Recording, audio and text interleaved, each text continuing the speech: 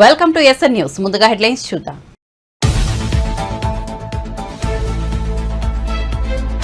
ఏపీలో సార్వత్రిక ఎన్నికల పోలింగ్ ఉదయం 6 నుంచే బూత్ల వద్ద బారులు తీరిన ఓటర్లు.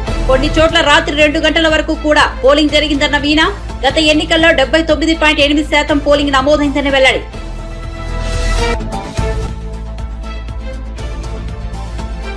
ఎన్డీఏ కూటమికి స్పష్టమైన మెజార్టీ వచ్చే పరిస్థితి లేదన్న కేటీఆర్. కాంగ్రెస్ 5 నెలలు టైంపాస్ గా ప్రభుత్వాన్ని నడిపిందని విమర్శలు.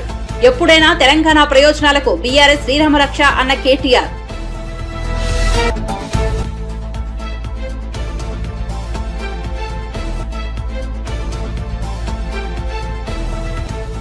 తిరుపతిలో పులివర్తి నానిపై దాడి. రోడ్డుపై బైఠాయించిన టీడీపీ కార్యకర్తలు. లాఠీ చార్జితో చెదరగొట్టిన పోలీసులు.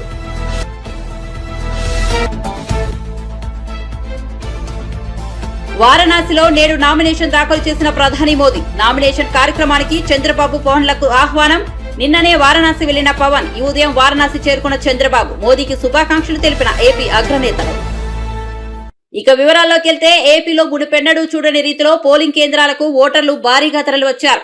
దాంతో సాయంత్రం 5 గంటల సమయానికి 68% పోలింగ్ నమోదైంది. ఈ నేపథ్యంలో కొన్ని పోలింగ్ స్టేషన్లో అర్ధరాత్రి వరకు కూడా పోలింగ్ జరగడంతో పోలింగ్ శాతం పెరిగింది. దీనిపై ఏపీ ఎన్నికల ప్రధాన అధికారి ముఖేష్ కుమార్ మీనా స్పష్టతనిచ్చారు. రాష్ట్రంలోని కొన్ని పోలింగ్ కేంద్రాల్లో రాత్రి 2 గంటల వరకు కూడా పోలింగ్ జరిగిందని వెల్లడించారు.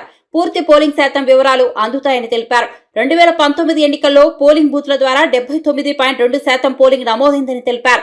0.6% పోస్టల్ బ్యాలెట్ తో కలిపి 79.8% పోలింగ్ నమోదైందని వివరించారు. ఈసారి ఎన్నికల్లో రాత్రి 12 గంటల వరకు 78.25% ఓటింగ్ నమోదైందని మీనా వివరించారు. 1.2% పోస్టల్ బ్యాలెట్ తో కలిపి 79.4% పోలింగ్ నమోదైనట్లు స్పష్టం చేశారు. అన్ని పోలింగ్ బూత్ల నుంచి వచ్చే వివరాలు పరిశీలిస్తే తమ అంచనా ప్రకారం 81% పోలింగ్ నమోదు కావచ్చని అన్నారు.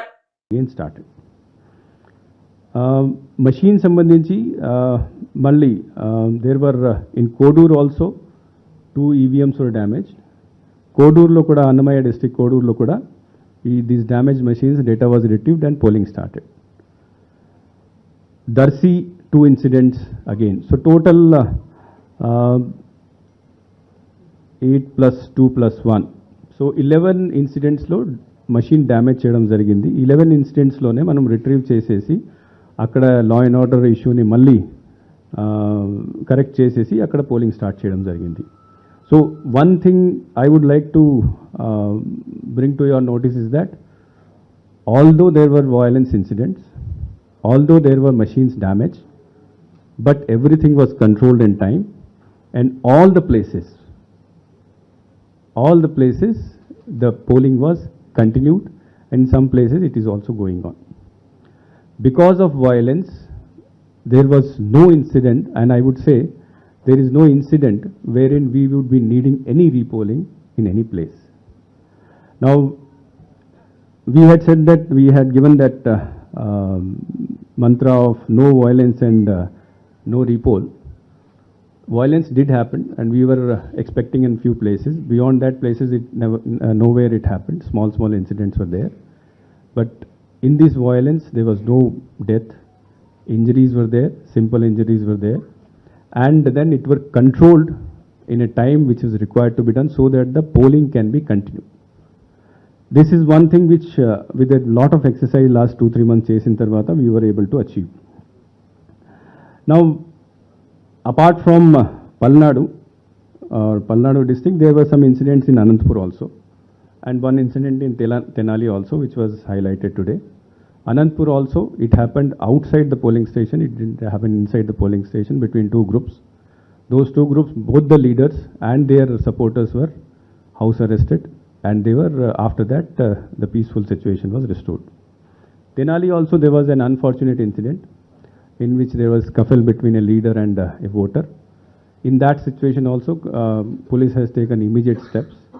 Both the leader was again house detained, so that he cannot create any problem further, and case was booked. In all these incident cases, these dozen incident in Macharla and Palnadu area, Pungnur incident, Tenali incident, all these incidents, immediate action was taken by the police, and people, the concerned people were either arrested or detained and necessary further action was taken. Now regarding polling, morning when we started polling, it was 9.2% which was recorded in the first round, and the morning 9 o'clock. Din tarvata it round 2 lo increase ayindi 22.8%, round 3 lo 40%, round 4 అంటే 3 PM ki 55%, round 5 67%, round 5 అంటే 5 o'clock. Now as on when we are speaking, because I had taken the data again after 6 o'clock, ప్రతి కలెక్టర్తో మాట్లాడిన తర్వాత వాళ్ళు ఇచ్చిన data ప్రకారం ఇప్పుడు కూడా కొంతమంది ఓటర్స్ క్యూ లైన్లో ఉన్నారు. సుమారుగా 3,500 పోలింగ్ స్టేషన్స్లో 6 o'clock తర్వాత కూడా పోలింగ్ నడుస్తూ ఉంది. దాంట్లో 100 నుంచి మ్యాక్సిమం దాంట్లో 90% దాంట్లో 100 నుంచి 200 మంది ఉన్నారు. So that will complete by 8:30 వరకు కంప్లీట్ అయిపోతుంది. కొన్ని పోలింగ్ స్టేషన్స్లో where there was some disturbance. భారత ప్రధాని నరేంద్ర మోదీ వరుసగా మూడోసారి ప్రధాని అయ్యేందుకు ఉరకలేస్తున్నారు. ఆయన ఉత్తరప్రదేశ్లోని వారణాసి లోక్సభ స్థానానికి నామినేషన్ వేశారు. ప్రధాని మోదీ నామినేషన్ కార్యక్రమంలో ఎన్డీఏ కూటమి భాగస్వాములు టీడీపీ అధినేత చంద్రబాబు, జనసేనాని పవన్ కళ్యాణ్ కూడా పాల్గొన్నారు. ఈ సందర్భంగా మోదీ ఏపీలో నిన్నటి పోలింగ్ ట్రెండ్ను దృష్టిలో ఉంచుకుని చంద్రబాబు, పవన్లతో ఉత్సాహంగా మాట్లాడారు. వారిని అభినందించారు. ఈ సందర్భంగా ప్రధాని మోదీకి చంద్రబాబు, పవన్ కూడా బెస్ట్ విషెస్ తెలిపారు.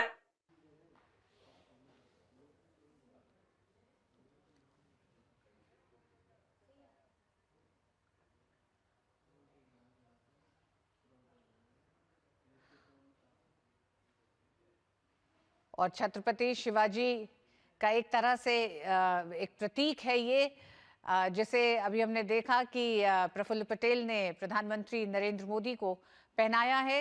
तमाम एनडीए के घटक दलों के नेता आज नामांकन प्रक्रिया में शामिल हुए हैं। प्रधानमंत्री के साथ ये सब वाराणसी में मौजूद हैं और ये दृश्य आप देख रहे हैं। घटक दलों के सभी नेता, चिराग पासवान से लेकर प्रफुल्ल पटेल और तमाम अन्य नेता यहाँ पर मौजूद हैं। तो कुल मिलाकर आज प्रधानमंत्री के नामांकन में जहां एक तरफ प्रधानमंत्री कैबिनेट से 19 मंत्री शामिल थे, वहीं 12 राज्यों से मुख्यमंत्री शामिल हुए। साथ ही साथ तमाम घटक दलों के नेताओं ने मिलकर वाराणसी से एक तरह से एक पूरा शक्ति प्रदर्शन एनडीए का जनता को दिखाया, देश को दिखाया कि किस तरह से ये पूरा एनडीए एकजुट है 2024 के लोकसभा चुनाव में। और एक मत से एक स्वर के साथ 400 पार के नारे को एक तरह से प्रधानमंत्री ने जमीन से ये भी कहा कि ये 400 पार का नारा नहीं बल्कि देश का संकल्प है। और एनडीए के घटक दलों ने उस संकल्प को पूरा करने की अपनी ताकत एक बार फिर देश की जनता को वाराणसी से दिखाई, जब प्रधानमंत्री अपना नामांकन दाखिल कर रहे हैं। లోక్సభ ఎన్నికల నేపథ్యంలో కాంగ్రెస్ పార్టీ మేడిగడ్డ, శ్వేతపత్రాలు, ఫోన్ ట్యాపింగ్ వంటి అంశాలు తీసుకుని ప్రజల దృష్టిని మరల్చే ప్రయత్నం చేసిందని బీఆర్ఎస్ వర్కింగ్ ప్రెసిడెంట్ కేటీఆర్ అన్నారు. రాజన్న సిరిసిల్ల జిల్లా కేంద్రంలో ఆయన మీడియా సమావేశంలో మాట్లాడుతూ పార్లమెంట్ ఎన్నికల తర్వాత ఈ దేశంలో ప్రాంతీయ పార్టీలే హవా కొనసాగించబోతున్నాయన్నారు. ఇండియా ఎన్డీఏ కూటమిలకు స్పష్టమైన మెజార్టీ వచ్చే పరిస్థితి లేదన్నారు. ఎన్డీఏ కూటమిలో లేని పార్టీలు బీఆర్ఎస్, వైఎస్ఆర్సీపీ, బీజు జనతాదళ్ వంటి ప్రాంతీయ శక్తులే కేంద్రంలో నిర్ణయాత్మక పాత్ర పోషిస్తాయన్నారు. కాంగ్రెస్ 5 నెలల టైంపాస్ గా ప్రభుత్వాన్ని నడిపిందన్నారు. ప్రజల సమస్యల పట్ల అవగాహన లేకుండా అన్ని చిల్లర మల్లరప అంశాలు తీసుకుని రాజకీయాలు చేసిందని విమర్శించారు. పార్లమెంట్ ఎన్నికల్లో గులాబీ సైనికులు అద్భుతమైన పోరాట పటిమ ప్రదర్శించారన్నారు. లోక్సభ ఎన్నికల్లో మంచి ఫలితాలు సాధించబోతున్నాయని, తెలంగాణ ప్రజల ఆశీర్వాదంతో బీఆర్ఎస్ అత్యధిక స్థానాల్లో పోలీసులు భయపెట్టే ప్రయత్నం చేసినా ఎక్కడికక్కడ చాలా చురుగ్గా పార్టీ యొక్క ఆలోచనను, బీఆర్ఎస్ పార్టీ గెలవాల్సిన ఆవశ్యకతను వివరించి చెప్పినందుకు సోషల్ మీడియాలో కూడా పనిచేసిన మా నాయకులు, కార్యకర్తలు, సైనికులు అందరికీ పేరు పేరున నమస్కారం. దాడులను, కేసులను, కుట్రలను, కుతంత్రాలను, స్వార్థపరుల రాజకీయ ఎత్తుగడలను ఎన్నిటినీ తిప్పికొడుతూ మరి మొక్కవోని ధైర్యంతో ముందుకు పోయినాం. పెద్దలు కేసీఆర్ గారి బస్సు యాత్రతో నిజంగా చెప్పాలంటే పార్లమెంట్ ఎన్నికల్లో ఒక మలుపు తిప్పింది రాష్ట్ర రాజకీయాన్ని కేసీఆర్ గారి బస్సు యాత్ర. 17 రోజుల బస్సు యాత్రతో 2 జాతీయ పార్టీలు కూడా దిగిరాక తప్పని పరిస్థితి. 2 జాతీయ పార్టీల నాయకత్వాలు కూడా తెలంగాణ చుట్టూ గింగిరాలు కొట్టక తప్పని పరిస్థితి కేసీఆర్ గారి బస్సు యాత్ర కల్పించింది. ఏ జిల్లాకి పోయినా, ఏ నియోజకవర్గానికి పోయినా ఏ పట్టణానికి పోయినా బ్రహ్మరథం పట్టినారు ప్రజలు. ముఖ్యంగా రాష్ట్రంలోని ప్రతి పాయింట్లో ఎక్కడెక్కడైతే కేసీఆర్ గారు కాలు పెట్టారో దాదాపు 30 చోట్ల ప్రతి చోట కూడా మరి ఈ బస్సు యాత్రని రోడ్ షోలను కూడా విజయవంతం చేసిన మా పార్టీ నాయకత్వానికి కూడా హృదయపూర్వకంగా ధన్యవాదాలు. ఆదిలాబాద్ నుంచి అలంపూర్ దాకా ఇవాళ గులాబీ సైన్యంలో గుండెల నిండా కూడా ఆత్మవిశ్వాసం కనబడతా ఉంది. తప్పకుండా 2 జాతీయ పార్టీలకు కూడా ముచ్చెమటలు పట్టించినాం. మొత్తం క్యాడర్ నుంచి లీడర్ల దాకా అందరిలో కూడా స్పష్టమైన ఒక విశ్వాసం, స్పష్టమైన ఒక నమ్మకం. పార్టీ 10 కాలాల పాటు చల్లగా ఉంటుందనే ఒక ధైర్యం, ప్రజల నుంచి వచ్చిన ఆదరణ చూసిన తర్వాత ఒక పూర్తి స్థాయి స్థైర్యం ఏదైతే పెరిగిందో, ముఖ్యంగా కేసీఆర్ గారి పోరుబాటకు జనం నుంచి వచ్చిన స్పందన చూసిన తర్వాత బ్రహ్మాండంగా మరి కార్యకర్తల్లో గొప్ప ఉత్సాహం, కొత్త జోష్ కూడా వచ్చింది. వాళ్ళ రాష్ట్రంలోనేమో ఇక్కడ కాంగ్రెస్ ప్రభుత్వం మేము చేసిన పనులన్నింటినీ కూడా తిరగదోడి కొత్త జిల్లాలు రద్దు చేయాలని, అదేవిధంగా కేసీఆర్ ఆనవాళ్లు లేకుండా చేయాలని ఒక చిల్లర ప్రయత్నం ఏదైతే చేస్తున్నదో ఇది కూడా రాష్ట్ర ప్రజల్లో ఒక విముఖతను, ఒక రకమైన మరి ప్రభుత్వం పట్ల వ్యతిరేకతను పెంచిందని చెప్పి కూడా మేము అనుకుంటా ఉన్నాం. అదేవిధంగా 6 గ్యారంటీలు 100 రోజుల్లో అమలు చేస్తామని చెప్పి మొత్తంగా 420 హామీలు ఇచ్చి ఇవాళ వాటిని తుంగలో తొక్కిన వైనం మీద కూడా కాంగ్రెస్ పార్టీ మీద ప్రజల్లో తీవ్రమైన వ్యతిరేకత కనబడింది. మేము ఎక్కడెక్కడైతే తిరిగినామో చాలా స్పష్టంగా, ముఖ్యంగా గ్రామీణ ప్రాంతాల్లో రైతు భరోసా అని చెప్పి మోసం చేసినందుకు, రైతు బంధునే మొత్తంగా వేయనందుకు, కరెంటు విషయంలో తీవ్రమైన నష్టం చేసినందుకు, క్వింటాల్కు 500 బోనస్ ఇస్తామని చెప్పి బోగస్ మాటలు చెప్పి మోసం చేసినందుకు ఇవాళ రైతులు బగ్గున మండుతా ఉన్నారు. తప్పకుండా ఆ వ్యతిరేకత అనేది ఓట్ల రూపంలో కనబడుతుంది గ్రామీణ ప్రాంతాల్లో అని చెప్పి మేము అనుకుంటా ఉన్నాం. రుణమాఫీ కూడా ముఖ్యమంత్రి గారు స్వయంగా తారీఖులు చెప్పి మళ్లీ మళ్లీ మాట మార్చిన విధానం, తేదీలు మార్చిన విధానం, దేవుళ్ల మీద ఎన్ని ఓట్లేసినా ఒక నమ్మలేని పరిస్థితిని కాంగ్రెస్ పార్టీ పట్ల తీసుకొచ్చిన మాట కూడా వాస్తవం. రైతాంగం అంతా ఒకటే అనుకున్నారు, కేసీఆర్ ఉన్నప్పుడే బాగుండే, అందుకే ఈ ఎన్నికల్లో తిరుపతి పద్మావతి మహిళా యూనివర్సిటీ వద్ద చంద్రగిరి టీడీపీ అభ్యర్థి పులివర్తి నానిపై దాడి జరగడం తెలిసిందే. ఈ దాడిని నిరసిస్తూ టీడీపీ శ్రేణులు పద్మావతి వర్సిటీ రోడ్డుపై బైఠాయించాయి. వైసీపీకి వ్యతిరేకంగా నినాదాలు చేస్తూ పులివర్తి నాని అనుచరులు నిరసన తెలిపారు. ఈ నేపథ్యంలో పోలీసులు రంగప్రవేశం చేసి నిరసనకారులపై లాఠీచార్జీ చేసి వారిని అక్కడి నుంచి చెదరగొట్టారు. సమీపంలోని అపార్ట్మెంట్లోకి వెళ్తున్న వ్యక్తులపైన పోలీసులు లాఠీలు చూపించారు. తొలుత సాధారణ పోలీసులు రాగా వారితో టీడీపీ నేతలకు వాగ్వాదం జరిగింది. తమకు న్యాయం చేయాలని టీడీపీ కార్యకర్తలు కోరారు. ఈ దశలో ప్రత్యేక బలగాలు రంగప్రవేశం చేసి టీడీపీ కార్యకర్తలపై లాఠీలతో విరుచుకుపడ్డాయి.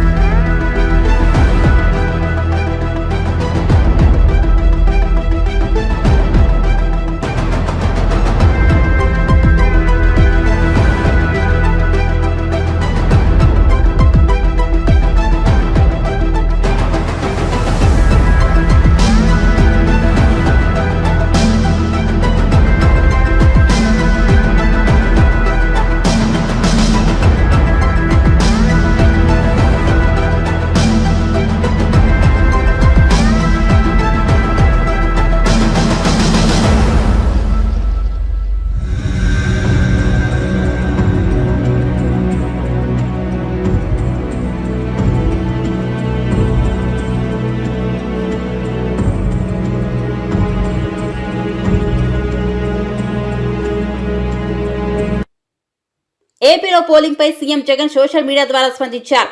జరిగిన ఎన్నికల్లో మండుటెండను సైతం లెక్క చేయకుండా తనకు ఆశీస్సులు అందించేందుకు సునామీలా తరలివచ్చారని పేర్కొన్నారు. ఈ సందర్భంగా నా అవ్వాతాతలకు, నా అక్కా చెల్లెమ్మలకు, నా అన్నదమ్ములకు, నా రైతన్నలకు, నా ఎస్సీ, నా ఎస్టీ, నా బీసీ, నా మైనార్టీలకు, నా యువతలందరికీ పేరు పేరున శిరస్సు వంచి కృతజ్ఞతలు తెలియజేస్తున్నాను. మన వైసీపీ కోసం చెమటోడ్చి శ్రమించిన నా కార్యకర్తలందరికీ హృదయపూర్వక కృతజ్ఞతలు. ఇప్పటివరకు సాగిన మన సుపరిపాలన మరింత మెరుగ్గా కొనసాగుతుందని హామీ ఇస్తున్నానంటూ సీఎం జగన్ ట్వీట్ చేశారు. గుంటూరు జిల్లా తెనాలిలోని ఐతానగర్ పోలింగ్ కేంద్రంలో తనపై జరిగిన దాడి గురించి ఓటరు గొట్టిముక్కల సుధాకర్ స్పందించారు. తనపై చేసుకున్న వైఎస్ఆర్సీపీ ఎమ్మెల్యే అన్నా బత్తుని శివకుమార్ చెంపను సుధాకర్ చెల్లుమనిపించిన విషయం తెలిసిందే. ఈ నేపథ్యంలో తన కుటుంబానికి ప్రాణహాని ఉందని బాధ్యుడు సుధాకర్ ఆరోపించారు. పోలీసులు తన కుటుంబానికి అండగా నిలవాలని కోరారు. గుంటూరు ప్రభుత్వ ఆసుపత్రిలో చికిత్స పొందుతున్న ఆయన సోమవారం జరిగిన దాడి గురించి పలు విషయాలు మీడియాకు వివరించారు. క్యూలో వచ్చి ఓటేయాలని చెప్పినందుకే వైఎస్ఆర్సీపీ ఎమ్మెల్యే తనపై చేసుకున్నారని తెలిపారు. తాను ప్రతిఘటించడంతో ఎమ్మెల్యే కుటుంబ సభ్యులు, అనుచరులు తనపై దాడి చేశారని వెల్లడించారు. 7-5 దగ్గర క్యూలో స్టార్ట్ అయితే 8 గంటల 10 నిమిషాలకి కాంపౌండ్ గేట్ దగ్గరికి వచ్చాను. అక్కడి నుంచి మెయిన్ బూత్ ఎంట్రన్స్ దగ్గరికి ఆల్మోస్ట్ 1.5 అవర్ పట్టింది. ఆ 1.5 అవర్లు కూడా ఇంకా ఒక 10 మంది ముందలు ఉన్నారు. నేను ఓటు వేద్దామని అక్కడ నుంచున్న టైంలో ఎమ్మెల్యే గారు వాళ్ళ కుటుంబ సభ్యులు కలిసి ఎగ్జిట్ గేట్లో మళ్ళీ మీడియా వాళ్ళ ఫాలోవర్స్ ఎగ్జిట్ గేట్ ద్వారా లోపలికి వెళ్ళడం జరిగితే అప్పుడు నేను వాళ్ళ ఫాలోవర్స్తో అన్నాను, ఎవరైనా సరే ఓటు వేయడానికి వస్తే మాత్రం క్యూలో వచ్చి నిలబడి వేయాలి అన్నాను. ఏముందిలే దాని ఏముంది అంటే, ఎవరైనా సరే దాని ఏముందిలే కాదు, క్యూలోనే వచ్చి వేయాలి, అందరం ఒకటే కదా ఇక్కడ, అందరం క్యూలో ఉండి వేయాలి. ఎందుకంటే మేము ఇప్పుడు 3 గంటలు నిలబడి ఉన్నాం. వృద్ధులు ఉన్నారు, వాళ్ళు చాలా బాధలు పడ్డారు. నేను ఇంకా వృద్ధులకి చాలా హెల్ప్ చేస్తా, వాళ్ళందరినీ అక్కడ కూర్చోబెట్టి నా ముందలు పంపిద్దామని కూడా మిగతా వాళ్ళకి చెప్పి అలా మాట్లాడటం జరిగింది. సో వీళ్ళు వాళ్ళ ఫాలోవర్సు ఆయన ఓటేసి ఆ ఫ్యామిలీ బయటకు వచ్చి కిందకి వెళ్ళింది. తర్వాత వాళ్ళు ఇట్లా అన్నాడు అది ఇది అంటే అతను నా మీదకి దురుసుగా వచ్చి చేయి చేసుకోవడం జరిగింది. నేను స్పర్ ఆఫ్ ది మూమెంట్లో నేను రివర్స్ కొట్టడం జరిగింది. ఆ మూమెంట్లో ఇంక వాళ్ళందరూ వచ్చి నన్ను కాళ్ళతో చేతులతో ఒక 7-8 మంది ముష్టిఘాతంలాగా చేసి నాకు ముఖంటే మొహం అంతా రక్తంతో కూడిన గాయాలైనాయి. ఇక్కడైతే బాగా నేను స్వెల్లింగ్ కూడా వచ్చింది కన్ను కింద. తర్వాత పోలీసులు వచ్చారు. పోలీసులు వచ్చి ఏంటయ్యా గొడవ అది ఇది అంటే, సార్ నేను ఇట్లా జరిగింది సార్ అంటే, ఈ గొడవ పెట్టుకోవడం ఎందుకు అంటే, సార్ గొడవ నేను చేయలేదండి, వాళ్ళు చేశారు, కానీ నేను ఓటేసి మాత్రం వెళ్తా. వాళ్ళు అన్నారు ఇంక పదండి ఇప్పుడు ఓటు ఏముందో అంటే, లేదండి ఎంతసేపు వెయిట్ చేశాను, నేను ఓటు వేసే వస్తాను అన్నాను. దానికి వాళ్ళు నన్ను ఎగ్జిట్ గేట్ నుండి లోపలికి తీసుకెళ్ళి నా చేత ఓటు వేయించి బయటికి వచ్చే టైంలో లోపల పోలింగ్ బూత్ ఏజెంటు నా మీద గట్టిగా అరవటం జరిగింది. లోపల అదంతా కూడా సీసీటీవీ ఫుటేజ్లో మీరు చూడవచ్చు.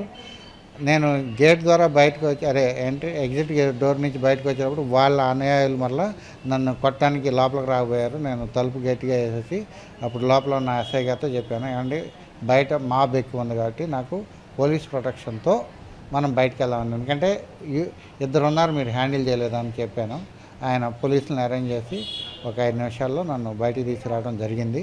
తర్వాత అక్కడి నుంచి వ్యాన్ ఎక్కించి అంటే పోలీస్ స్టేషన్కి రమ్మన్నారు. నన్ను వ్యాన్ ఎక్కించి దానికి పోలీసులు అందరితో మధ్యలో గుండా వస్తా వ్యాన్ ఎక్కిన తర్వాత వ్యాన్ డోర్లు తీసి నన్ను కొట్టడానికి కూడా వాళ్ళు ట్రై చేశారు. కానీ పోలీసులు జాగ్రత్తగా హ్యాండిల్ చేసి నన్ను పోలీస్ స్టేషన్కి తీసుకెళ్ళి మొత్తం అంతా ఏం జరిగిందో అన్నీ అడిగి తెలుసుకున్నారు. నా దగ్గర కంప్లైంట్ కూడా రాయమన్నారు. నా చేతులతోనే రాసి ఇచ్చాను. ఇచ్చిన తర్వాత ఒక 3-3:30 గంటలు నన్ను పోలీస్ స్టేషన్లో. జనసేన పార్టీ అధినేత పవన్ కళ్యాణ్ వారణాసిలో ప్రధాని నరేంద్ర మోదీ నామినేషన్ కార్యక్రమానికి హాజరయ్యారు. ఈ సందర్భంగా ఆయన జాతీయ మీడియాతో మాట్లాడుతూ ఏపీలో ఎన్డీఏ కూటమి క్లీన్ స్వీప్ చేస్తుందని ధీమా వ్యక్తం చేశారు. ఎన్డీఏ భాగస్వామిగా ఉండటం అదృష్టంగా భావిస్తున్నానని తెలిపారు. వ్యక్తిగతంగా తాను మోదీని ఎంతో అభిమానిస్తానని, ఆయనంటే తనకు అపారమైన గౌరవం ఉందని పవన్ పేర్కొన్నారు. ప్రధాని మోదీతో తమ బంధం కొనసాగుతుందని, మరింత బలోపేతం అవుతుందని అన్నారు. 2014లోనూ తాము కూటమిగా నిలబడ్డామని, ప్రధాని మోదీ 3వ సారి కూడా ప్రధానమంత్రి కావడం ఖాయమని అభిప్రాయపడ్డారు.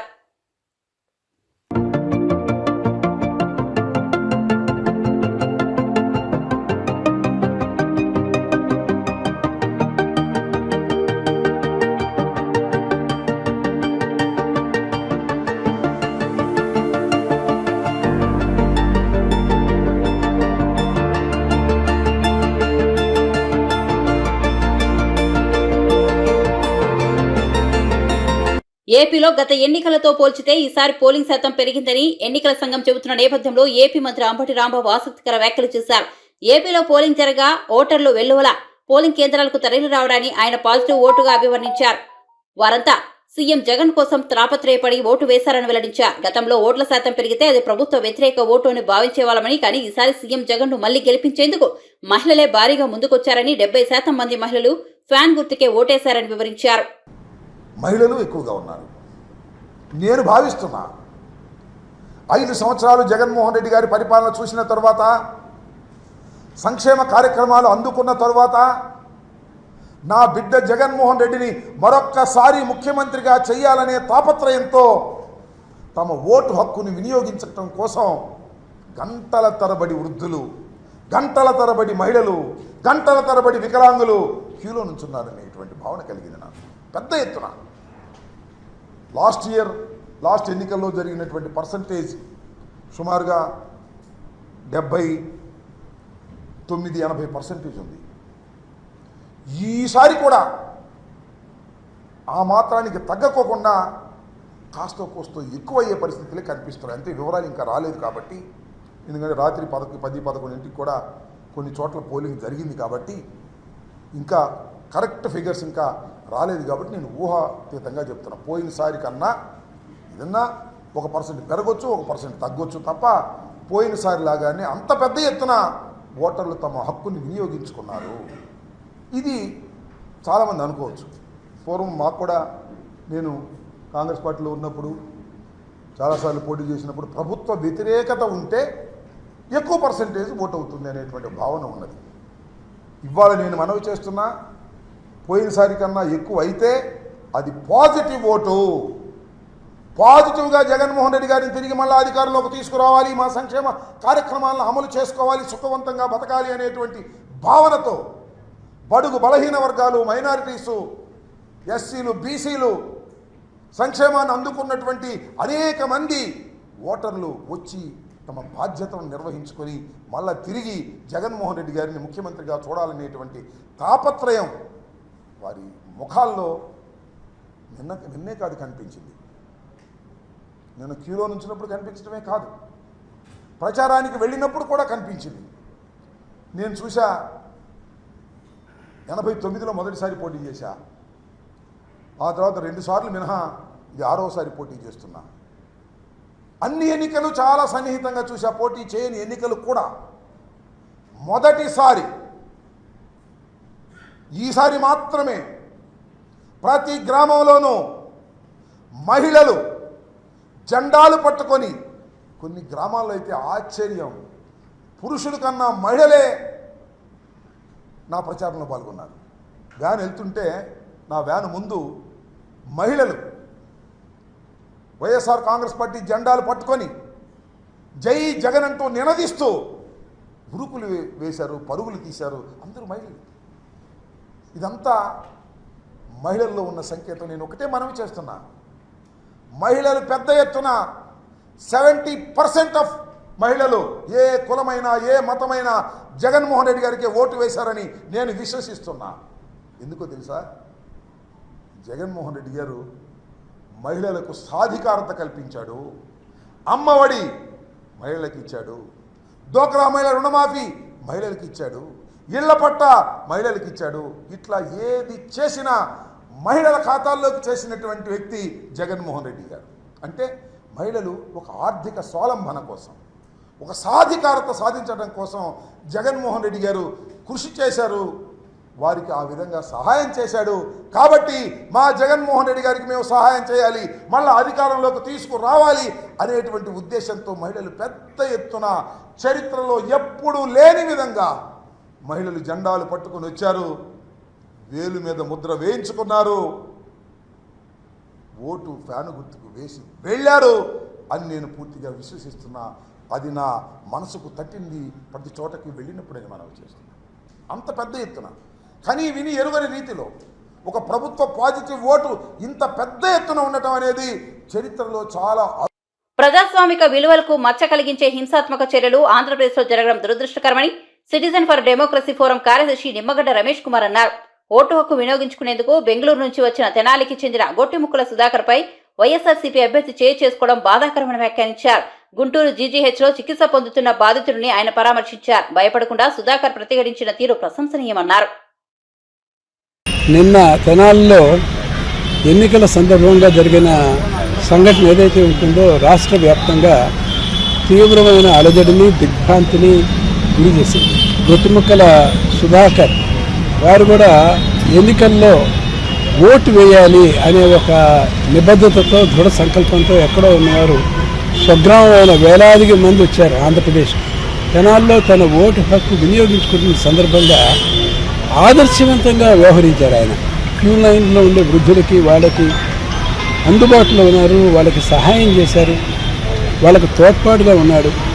అట్లాంటి వ్యక్తి మీద దురుసుగా స్థానికంగా ఉండే శాసనసభ్యులు ప్రవర్తించడం, ఆయన మీద చేయి చేసుకోవటం చాలా దుస్సంఘటన. అందరూ సిగ్గుతో తల ఉంచుకోవాల్సిన విషయం. ప్రజాప్రతినిధులు అనే వారికి సామాజిక అవగాహన ఉండాలి. ముఖ్యంగా ఎన్నికలు జరుగుతున్న తరుణంలో ఓటర్ల పక్కన విజ్ఞతతో విచక్షణతో వ్యవహరించాలి. ఎప్పుడు కూడా అలాగే వ్యవహరించాలి. పౌరుల్ని ఆదరించాలి, పౌరుల మన్ననలు ఆ రకంగా వీరు పొందాలి. కానీ అహంకారపూరితంగా దౌర్జన్యపూరితంగా ప్రవర్తించడం తప్పుడు సంకేతాలు ఇస్తుంది. ఇది రాష్ట్ర వ్యాప్తంగా కూడా కాదు, దేశవ్యాప్తంగా కూడా ఈ ఐటెం అయింది. దీంట్లో గొట్టిముక్కల సుధాకర్ గారికి వ్యక్తిగతంగా ఆయన గాయపడి ప్రభుత్వ ఆసుపత్రిలో మెరుగైన చికిత్స కోసం ఇక్కడికి వచ్చినప్పటికీ కూడా ఇది రాష్ట్ర వ్యాప్తంగా కనువిప్పు కలిగించింది అందరికీ. ఆయన నిబద్ధత, ఆయన వ్యవహరించిన తీరు చాలా ప్రశంసాయుతంగా ఉంది. ఒక వ్యక్తిని ఎవరైనా సరే అలా దుర్భాషలాడి చేయి చేసుకున్నప్పుడు మనం మౌనంగా సహిస్తూ ఉంటే అదే కరెక్ట్ అనే ధోరణిలో కాకుండా ఆయన తిరుగు జవాబుదారీ చెప్పిన తీరు, స్పందించిన తీరు చాలా ఆదర్శంగా ఉంది. సమాజం ఎటుపోతుందనే విషయం కూడా మనం కూడా ఆలోచించుకోవాలి. ఇప్పటికైనా ప్రజాప్రతినిధులు అనేవాళ్ళు హింసాయుతంగా లేకుండా స్వేచ్ఛగా ఎన్నికలు జరగడానికి కట్టుబడి కనుక ఉన్నట్లయితే ఆంధ్రప్రదేశ్లో జరిగిన దుస్సంఘటనలు, ముఖ్యంగా నరసరావుపేట, గురజాల, ఇంకా రాయలసీమల ప్రాంతంలో జరిగిన దుస్సంఘటనలు అవకాశమే లేదు. అయితే నేను వ్యవస్థ బాగానే పనిచేసిందని నమ్ముతున్నాను. బాగానే స్పందించారు. అందుచేత ఇంకా ఎక్కువ పెద్ద స్థాయిలో వైలెన్స్ అనేది జరగకుండా కొంతవరకైనా నిరోధించగలిగాం. అసలు పూర్తిగా కనుక హింస లేకుండా కనుక జరిగి ఉంటే ఇంకా ఆదర్శప్రాయంగా బాగా ఉండేది. అయితే సీఈఓ గారు మాత్రం ఎక్కడా కూడా తిరిగి రీపోలింగ్ అవసరం లేకుండానే ఈ ఎన్నికలు సజావుగానే జరిగింది అని చెప్పి సంతృప్తి వ్యక్తం చేశారు. సిటిజన్స్ ఫర్ డెమోక్రసీ ఏపీ ఎన్నికల నిఘా వ్యవస్థ ఏర్పడిన తర్వాత ఈయన మీద జరిగిన సంఘటన మీదకి వెంటనే స్పందించి సుమారు 11 గంటల 10 నిమిషాలకు మేము జిల్లా కలెక్టర్ గారికి స్వయంగా తెలియపరిస్తే కలెక్టర్ గారు కూడా ఎస్పీకి చెబుతాము అని చెప్పి చెప్పడం కూడా జరిగింది. కొంతవరకు స్పందించారు పోలీసు యంత్రాంగం. ఇంకా క్రియాశీలకంగా స్పందించి ఉండాల్సింది. ఎవరైతే దురుసుగా ప్రవర్తించారో వాళ్ళ మీద తక్షణం చర్య తీసుకుని వాళ్ళ కనుక అరెస్ట్ కనుక చేసినట్లయితే ఇంకా బాగుండేది. చివరికి ఎలక్షన్ కమిషనే స్వయంగా రంగంలోకి దిగి ఈ ప్రజాప్రతినిధిని గ్రౌండ్ చేయమని చెప్పిన తర్వాత మాత్రమే కరెక్టివ్ స్టెప్స్ ఇవన్నీ కూడా జరిగాయి. బులెటిన్ ముగించే ముందు హెడ్లైన్స్ మరోసారి చూద్దాం.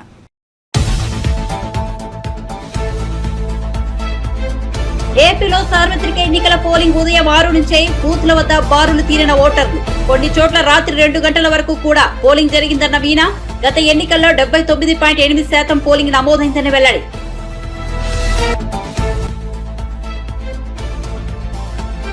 ఇండియా ఎన్డీఏ కూటమికి స్పష్టమైన మెజార్టీ వచ్చే పరిస్థితి లేదన్న కేటీఆర్. కాంగ్రెస్ 5 నెలలు టైంపాస్ గా ప్రభుత్వాన్ని నడిపిందని విమర్శలు. ఎప్పుడైనా తెలంగాణ ప్రయోజనాలకు బీఆర్ఎస్ శ్రీరామరక్ష అన్న కేటీఆర్.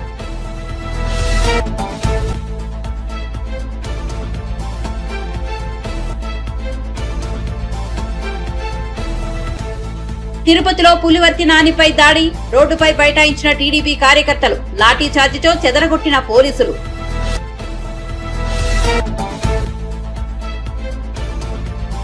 వారణాసిలో నేడు నామినేషన్ దాఖలు చేసిన ప్రధాని మోదీ. నామినేషన్ కార్యక్రమానికి చంద్రబాబు పవన్లకు ఆహ్వానం.